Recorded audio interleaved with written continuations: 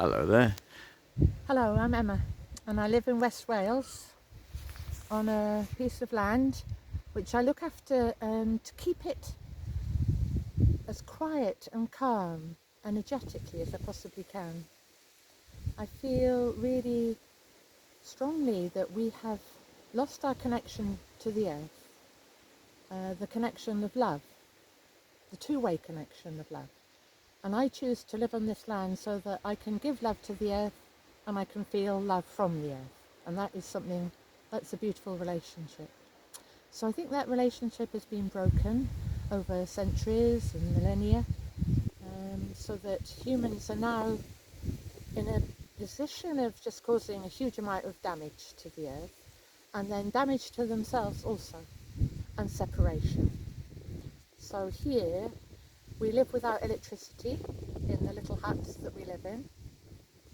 The reason for that is that there's many different reasons. One of them is that darkness is something valuable, and we've forgotten that. We think we have to light it up.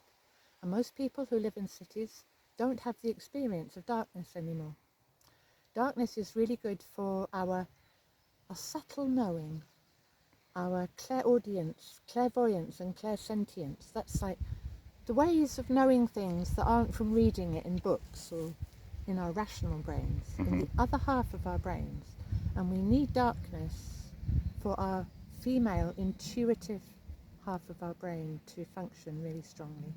And so most of us have lost that now because it's always light. When it's night, these streets are all lit up. So here we value darkness. We don't use torches on the whole. We walk around in the dark when we can, when there's enough moonlight and starlight, and we have a lot of peace and quiet and time to reflect and feel. Energetically, I think it's important to live without electricity because most people are living within what's called a ring main. You have electricity all around your house, and that creates energy. We are all electromagnetic beings. We have our own energy fields, and these can be disturbed and disrupted by energy from outside. So most people are living in a sort of toxic energy soup, I would call it, in their homes. The electrical circuits, the switches, and then all the gadgets that go with them, and computers, they're all emitting energy waves. And those aren't entirely helpful to our own energy field. Back before we had all of this, we could be really sensitive to the earth energy, for example. Like birds that migrate can navigate, and animals, knowing the energy pathways of the earth and being able to feel those energy currents and the magnetic fields and all of that, because they're not living disrupted. Their own energy field isn't disrupted by all this energy chaos that we choose to live in. So there's a lot of peacefulness here. And when people come to stay, sometimes they find that they sleep a lot because they can really relax. And that's good. Then also we don't have electricity because most people are distracting themselves from themselves constantly. Nobody knows if they're at peace with themselves anymore because they're spending their whole time texting and communicating and not really, people aren't with themselves anymore. This is causing much more anger, I would say, as well. Alienation from the self, alienation from the earth, alienation from all sorts of things. And all of that communication is virtual. So people aren't actually meeting and experiencing each other very often. I watch people in cafes, they're sitting and they're not with each other, they're just... Anyway, I don't want to go on about that.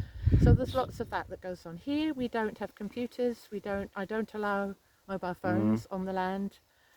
So we are focusing on being ourselves on the earth without all the distractions and energy interferences to help to restore, hopefully, a really beautiful relationship of love and respect for the earth and for ourselves. Exactly.